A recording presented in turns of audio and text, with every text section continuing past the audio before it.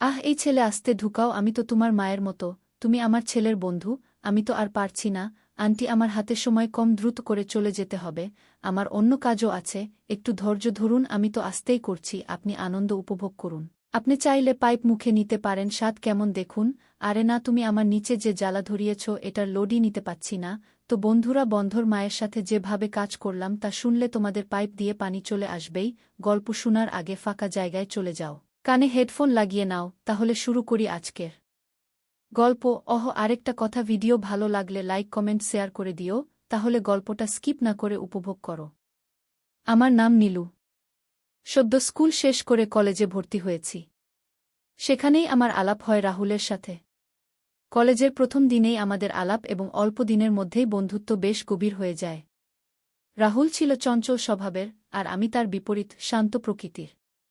ওর মতো ছেলের সাথে বন্ধুত্ব হওয়াতে আমার সুবিধা হয়েছিল, কারণ আমি সহজে কারো সাথে মিশতে পারতাম না। অল্প সময়ে বন্ধুত্ব হওয়ায় আমি যেন হাফ ছেড়ে বাঁচলাম, না হলে হয়তো কলেজে আমাকে একা থাকতে হতো। আমাদের বন্ধুত্ব যখন 3 মাস পার হল, তখন ছিল রাহুলের জন্মদিন। রাহুল আমাকে বিকেলে ওদের বাড়ি যেতে বলল। কারণ জিজ্ঞাসা করলেও কিছু বলল না। বিকেলে তার সাথে বাড়ি গিয়ে বুঝলাম আজ তার জন্মদিন। আমরা বাড়িতে ঢুকতেই একটি মেয়ে দরজা খুলে দিল। আমি অবাক হয়ে রাহুলকে জিজ্ঞাসা করলাম, তুই তো বলিস তোরা শুধু মাছেলে থাকিস, এই মেয়েটি কে? তোর কি বোন আছে? আমার কথা শুনে মেয়েটি হেসে উঠল। রাহুল আমার কাঁধে হাত রেখে বলল, ও বন্ধু, এটা আমার বোন না, এটা আমার মা। আমার মা পৃথিবীর সেরা মা। তুই যা ভাবছিস সেটা অনেকেই ভাবে। আমরা বাইরে গেলে কেউ বিশ্বাসই করতে চায় না যে ইনি আমার মা। আমার মা এত ইয়ং দেখায় কারণ মা রোজ সকালে জিম করে। প্রতিদিন সকালে উঠে মা আগে জিম করে, তারপর সব কাজ করে। এটাই আমার মায়ের তরুণ থাকার আসল রহস্যও। মায়ের প্রশংসা শুনে রাহুলকে বলল, ওরে, তুই কি এখনই দাঁড়িয়ে গল্প করবি, নাকি বন্ধুকে নিয়ে উপরে যাবি? এটা বলার পর রাহুল আমাকে উপরে তার ঘরে নিয়ে গেল। কিছুক্ষণ পর দেখি আন্টি খাবার নিয়ে হাজির। ছিল বিরিয়ানি, মাংস, পনির, মিষ্টি আর কত কি।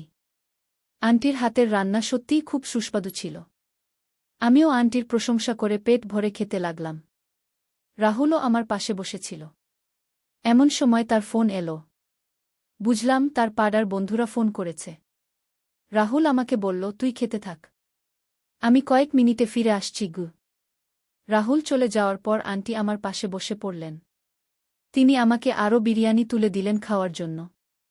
আমি আন্টিকে বললাম, আমি এত খেয়ে পারব না। আন্টি বললেন, সব পারবে। তুমি প্রথম আমাদের বাড়িতে এসেছ, ভালো করে আপ্যায়ন না করে ছাড়ব না গিয়ে। আমি লক্ষ্য করলাম আন্টি আমার দিকে তাকিয়ে মাঝে মাঝে মুচকি হাসছেন। খাওয়া শেষ করে আমি আন্টিকে ঘর গোছাতে সাহায্য করছিলাম। এবার দেখলাম আন্টি আমার খুব প্রশংসা করতে শুরু করলেন। তিনি বললেন, রাহুলের মুখে তোমার অনেক কথা শুনতাম।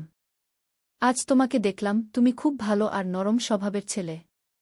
তোমার মতো একটা ছেলের বন্ধু হতে পেরে রাহুল অনেক ভাগ্যবান। তুমি রাহুলের সাথে বন্ধুত্ব রেখো, ও তোমার সাথে থাকলে জীবনে অনেক ভালো করবে গু। এইসব শুনে আমি হেসে ফেললাম। তারপর আন্টি আমার ফ্যামিলির কথা জিজ্ঞাসা করলেন, আমি কোথায় থাকি, কে কে আছে বাড়িতে, এইসব। ঠিক এমন সময় রাহুল চলে এলো। এসে বলল, বুঝলি নীলু, মা তোকে খুব পছন্দ করে।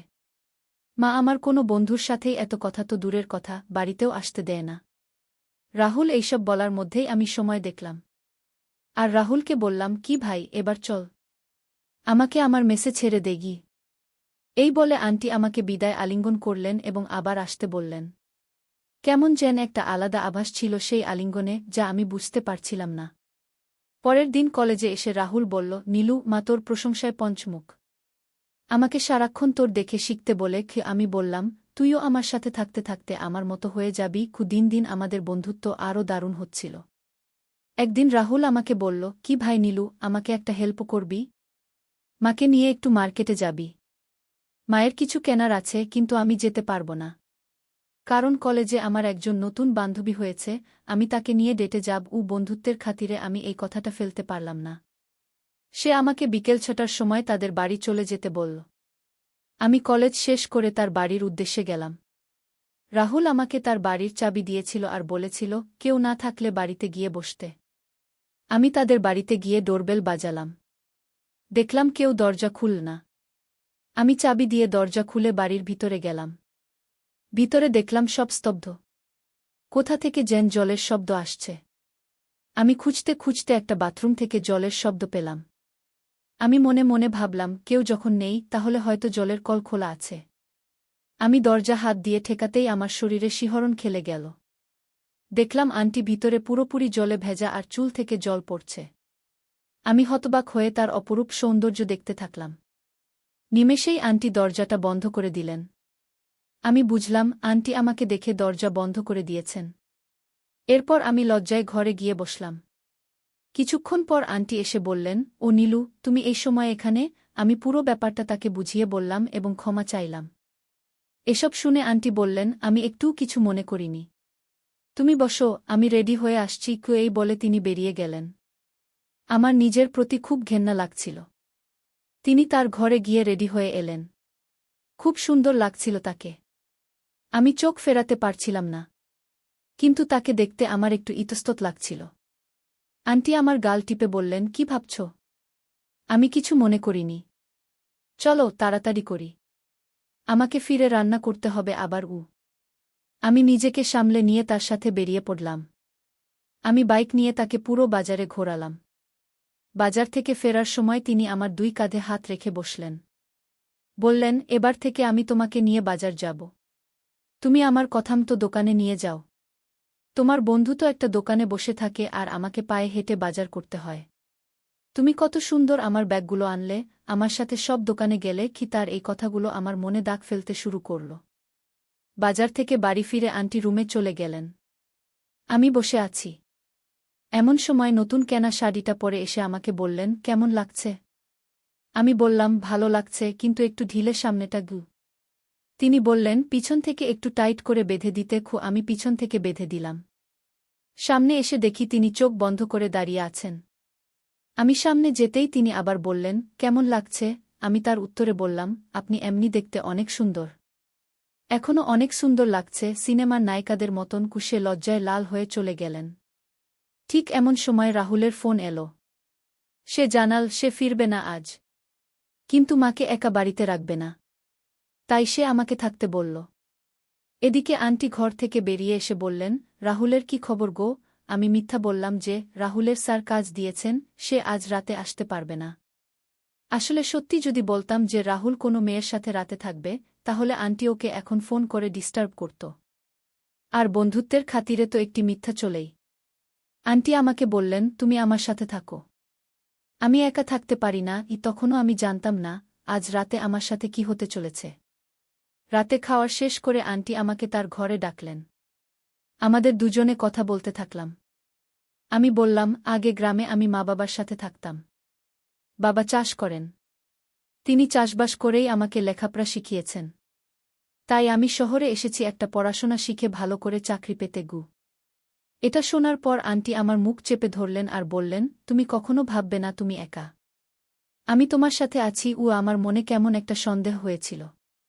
আমি কথা কাটাতে বললাম, আমাকে একটা শোয়ার জন্য পোশাক দিতে। আন্টি আমাকে বললেন, রাহুলের ঘরে আছে। আমি রাহুলের ঘরে চলে গেলাম। পোশাক চেঞ্জ করছি। হঠাৎ করে দরজা খুলে আন্টি ঢুকে পড়ে আমাকে স্পর্শ করলেন। আমি ভয় পেয়ে গেলাম। তাকে ধাক্কা দিয়ে দূরে সরিয়ে দিলাম। আন্টি বুঝতে পারলেন যে ব্যাপারটা একটু বেশি বাড়াবাড়ি হয়েছে। সে চলে গেলেন। আমি ঘুম থেকে উঠে পরের দিন রাহুলের সাথে কলেজে চলে গেলাম। কিছুদিন কেটে গেল। একদিন আমার মেস বাড়িতে শর্ট সার্কিটের জন্য বিদ্যুৎ চলে গেল। জানতে পারলাম এখন বিদ্যুৎ 2 দিন পরে আসবে। কিন্তু 2 দিন পর কলেজের এক্সাম ছিল, তাই পড়তেও হবে। রাহুলকে জানাতে সে চলে এলো আমাকে নিতে। তার বাড়িতে থেকে পড়ব কিছুদিনের জন্য। আমি সব বইগুলো নিয়ে চলে গেলাম। গিয়ে দেখলাম আন্টি আমাকে দেখে হাসলেন, কথা বলে চলে গেলেন আবার রাহুলের ঘর থেকে। কিছুক্ষণ পর রাহুলের ফোন এল। সে চলে গেল। বলল সে ফিরবে না, কারণ কলেজে সেই মেয়েটা ফোন করেছে। আন্টিকে সেটা জানাতে না, হঠাৎ করে আন্টি তার ঘরে আমাকে ডাকলেন। আমি আমার বন্ধুর ঘর থেকে আন্টির ঘরে গিয়ে অবাক হয়ে গেলাম। কারণ সেই সময় তার আচরণটা একটু অন্যরকম ছিল। তিনি আমাকে তার কাছে যেতে বললেন। আমি কাছে যেতেই আমাকে বললেন, এখন তো তোর বন্ধু নেই। তোর বন্ধু এখন তার প্রেমিকার সাথে দেখা করতে। আমরা দুজন আছি, কি করে সময় কাটানো যায়? তার কথা শুনে আমি অনেক অবাক হলাম। তার কথা শুনে আমার মনে নানা প্রশ্ন ঘুরতে শুরু করল। আন্টি নিজেই আমাকে প্রস্তাব দিচ্ছিলেন। আমি নিজে থেকে কিভাবে না বলতে পারি? তাই আমি আন্টির পাশে গিয়ে বসলাম। এবার আন্টি দেখলাম উন্মুক্ত হয়ে গেলেন। আমাকে কাছে টেনে নিলেন। এবার আমিও আন্টিকে সঙ্গ দিতে শুরু করে দিলাম। আজকে এখানেই বিদায় নিচ্ছি, বাই বাই।